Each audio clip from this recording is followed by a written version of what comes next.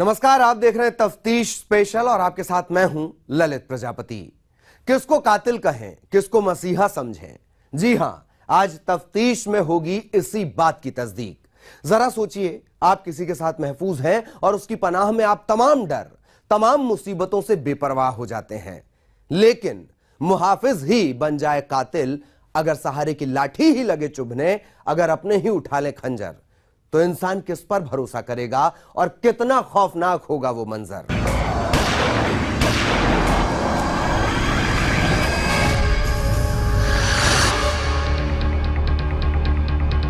उत्तर प्रदेश का दिल्ली से सटा जिला गाजियाबाद अपनी रवानी पर था।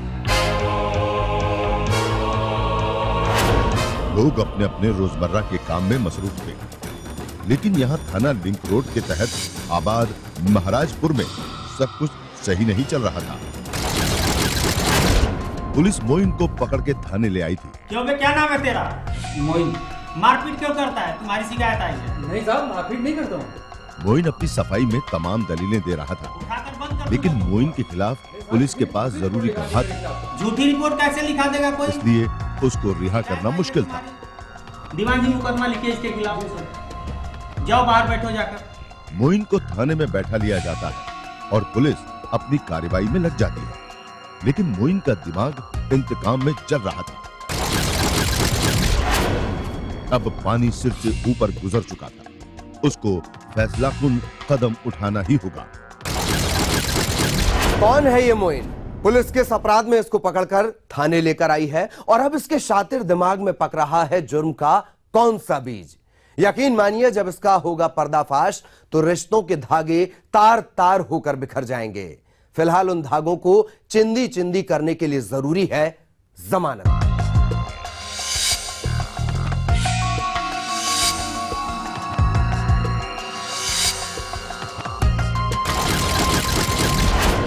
मोइन गुस्से से भरा थाने की बेंच पर तन्हा बैठा था। तभी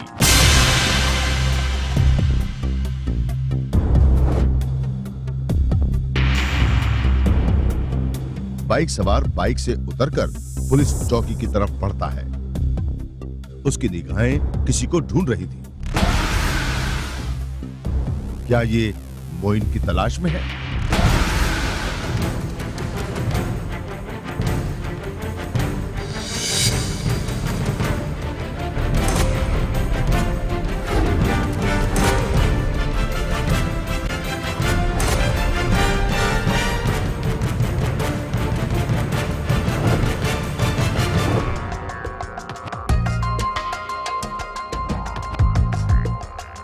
बाइक सवार आखिर चाहता क्या है? उसकी गतिविधियां संदिग्ध थी। क्या वो मोइन को बचाने आया है या फिर किसी साजिश के तहत उसने जाल बुना है? मोइन और उन दोनों के एक दूसरे को देखने के दौरान ये तो साफ था कि बाइक सवार नौजवान और मोइन एक दूसरे से वाकिफ है। क्या तकलीफ है तेरी? अरे सर, वो मोइन इस रात से पर्दा उठने में भी ज्यादा वक्त नहीं लगा। नौजवान का नाम नासिर था और वो मोइन की जमानत करवाने आया था। इधर जाकर देख।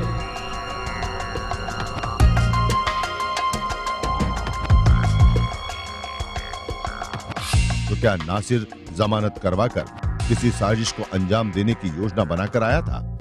हथियार कहां से आया है अभी इसकी एग्जैक्ट जानकारी हमें नहीं है और महाराजपुर क्षेत्र में ऐसा कहीं पे लोकली अरेंज नहीं किया जा सकता हथियार।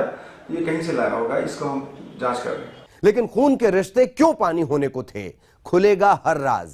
लेकिन जब अंजाम तक पहुंचेगी तफ्तीश, आप बस हमारे साथ बने रहिए।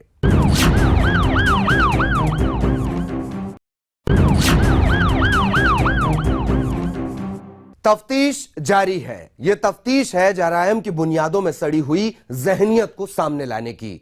आज भी हमारे सामने है एक स्याह सच्चाई, नजदीकी ताल्लुकात के तार तार होने से टूटते भरोसे की वो हकीकत जिसको देखे बिना यकीन करना भी मुश्किल होता है। लेकिन जब वारदात होती है तो हैरान मन पूछ उठता है, क्या यह मुमकिन है? क्या ऐसा भी हो सकता है? जी हां, मोइन और नासिर के दरमियान भी कुछ ऐसा ही होने वाला था। दोनों पुलिस चौकी के बाहर मौजूद थे और नासिर ने मोइन की जमानत ले ली थी।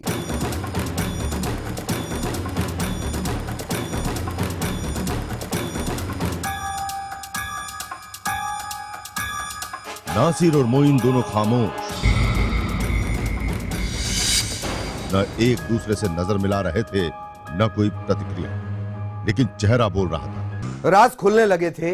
नासिर के दिल में मोइन के लिए हकारत थी और मोइन के दिल में अपनी ही औलाद के लिए बेमुरव्वती। दोनों के रिश्तों के दरमियान खाई इस कदर चौड़ी हो गई थी कि उसे पाटना नामुमकिन सा था। हो भी कैसे, क्योंकि जब रिश्तों से मर्यादा खत्म हो जाए और हरकतें शक पैदा करने लगे तो अंजाम अक्सर खौफनाक ही आता है। नासिर के सिर पर जुनून तारी था।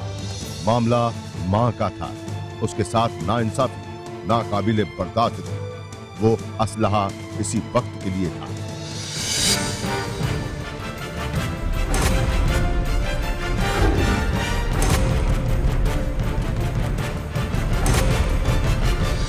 समझे?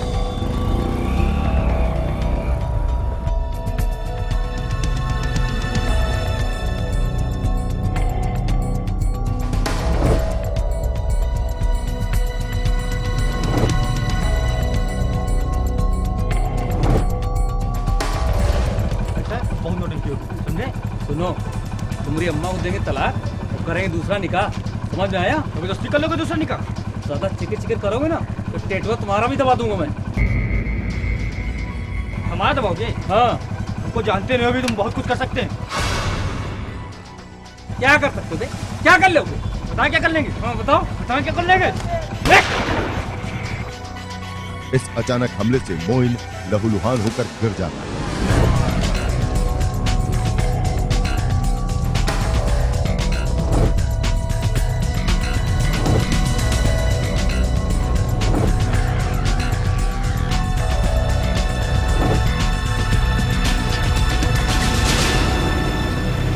चारों तरफ सनसनी और दहशत का आलम था।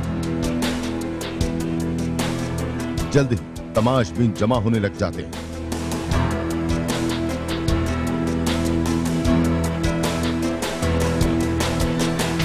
सवालों की पूरी फहरिस्त लोगों के जहन और जुबान पर थी। कौन है? एक साथ जा रहे थे, कातिल को ही पीछे बैठा के ला रहा था। क्यों मारी गोली? इतने में पुलिस आ जाती है।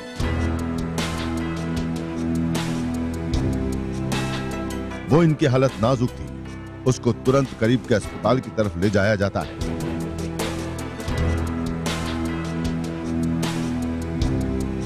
और थोड़ी देर पहले जमानत लेने वाले नासिर को पुलिस अपने शिकंजे में ले लेती है। पहले बेटे ने पिता को जमानत पर छुड़ाया, फिर दोनों एक ही साथ साथ मंजिल की तरफ चले, लेकिन बीच रास्ते में दोनों के बीच तकरार बढ़ी और फिर अंजाम दे दिया गया एक सनसनीखेज गुनाह। मोइन पर कातिलाना हमले की वारदात हो चुकी थी, लेकिन बाप बेटे का रिश्ता क्यों खूनी अंजाम तक पहुंचा? आखिर क्यों जुर्म के दलदल में फंस गई एक जिंदगी?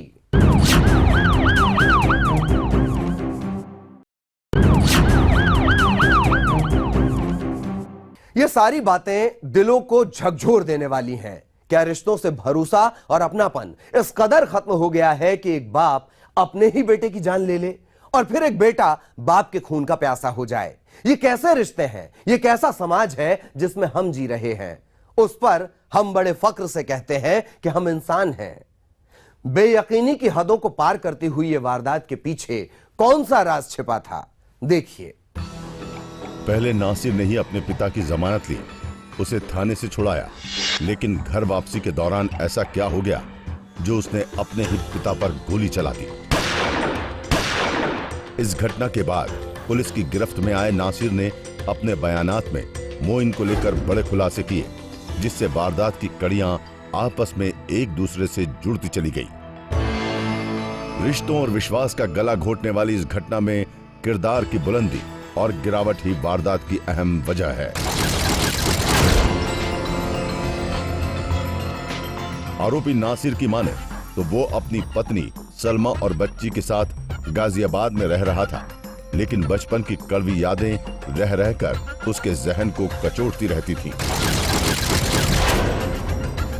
दरअसल नासिर बचपन से ही जिस बात को लेकर कुढ़ता आया था वो थी उसके पिता की हरकतें और बदकिरदार। नासिर के मुताबिक समझदार होते ही उसे शक होने लगा था कि मोइन के कई औरतों के साथ नाजायज ताल्लुकात हैं।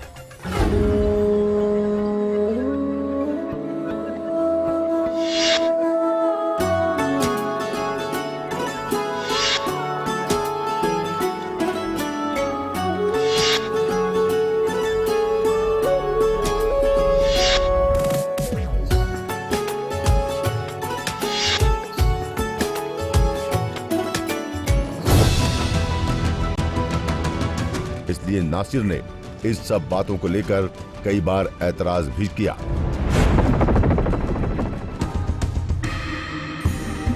क्या पकाया है?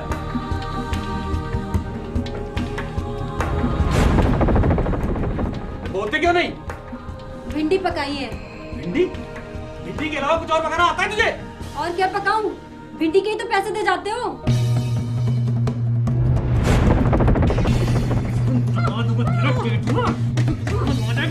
भिंडी कैसे पकाई जाती समझे? अरे तहर मुझे एक दिन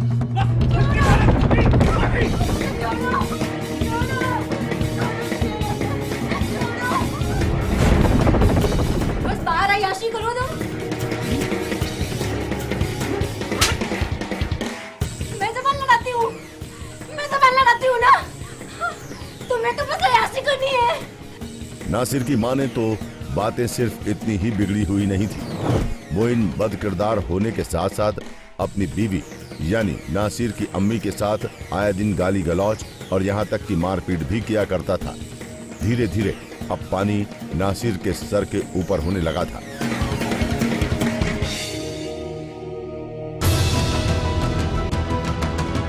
पिता की हरकतों पर नासिर ने कई बार ऐतराज भी किया और इसी दरमियान एक दिल दहलाने वाला हादसा हो गया। हुआ ये कि नासिर का छोटा भाई अज्जू संदिग्ध परिस्थितियों में मरा पाया गया। नासिर को पूरा शक था कि उसके भाई की मौत के पीछे मोइन का ही हाथ था, जिसने खुद को बचाने के लिए कत्ल को खुदकुशी बता दिया।